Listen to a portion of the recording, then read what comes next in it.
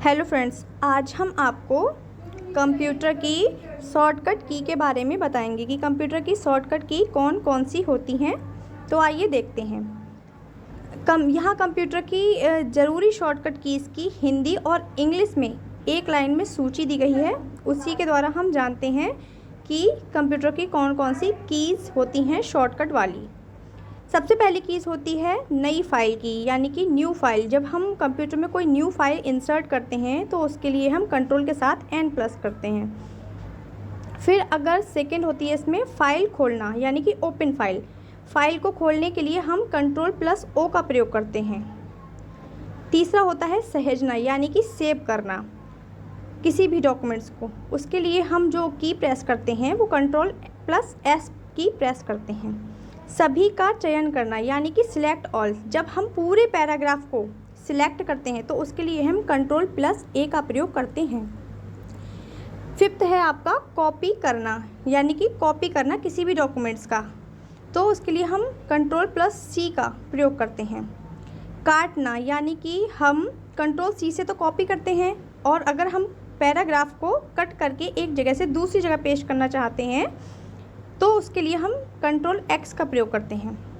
Next है आपका paste करना, यानी कि कंट्रोल सी से या फिर कंट्रोल एक्स से जो हमने पैराग्राफ कॉपी और कट किया है उसको दूसरी जगह पे पेस्ट करने के लिए कंट्रोल प्लस बी का प्रयोग करते हैं।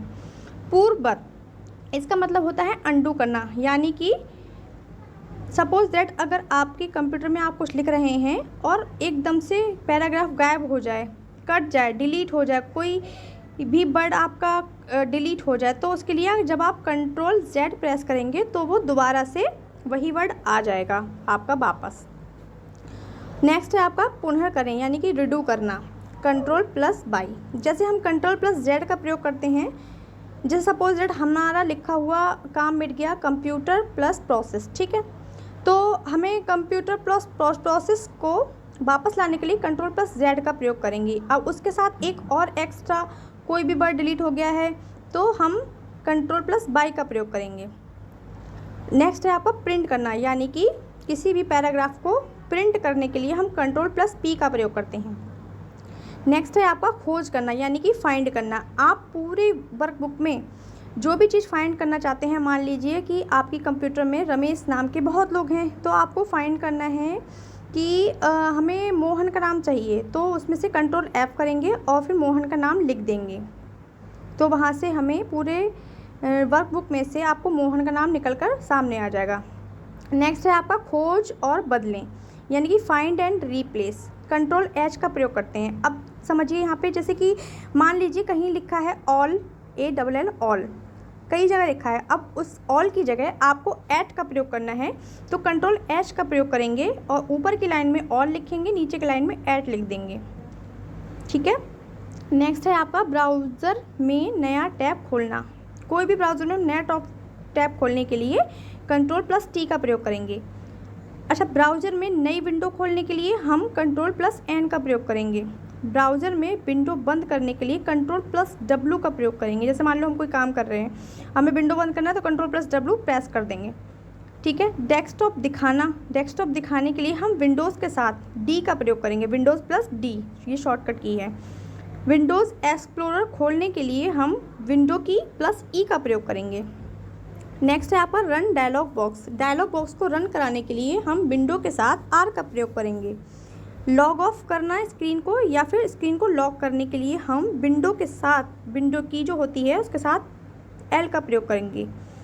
जोड़ना, यानी कि बोल्ड करना किसी भी वर्ड को। मान लीजिए कोई भी वर्ड एक हमने लिखा और उसको हमें थोड़ा मोटा लिखना है तो उसके लिए कंट्रोल प्लस बी का प्रयोग करेंगे। इटैलिक, यानी कि कोई भी वर्ड हमने लिखा तो वो सीधा सीधा लिखा रहता है, हमें थोड़ा तिरछा लिखना है तो उसके लिए कंट्रोल प्लस आई का प्रयोग करेंगे। अंडरलाइन, अगर हमें किसी भी वर्ड के नीचे, किसी भी पैराग्राफ या लाइन के नीचे अंडरलाइन चाहिए तो हम वहाँ पे पैराग्राफ को सिलेक्ट करके कंट्रोल प्लस यू का प्रयोग करेंगे, वो सिलेक्ट हो जाएगा।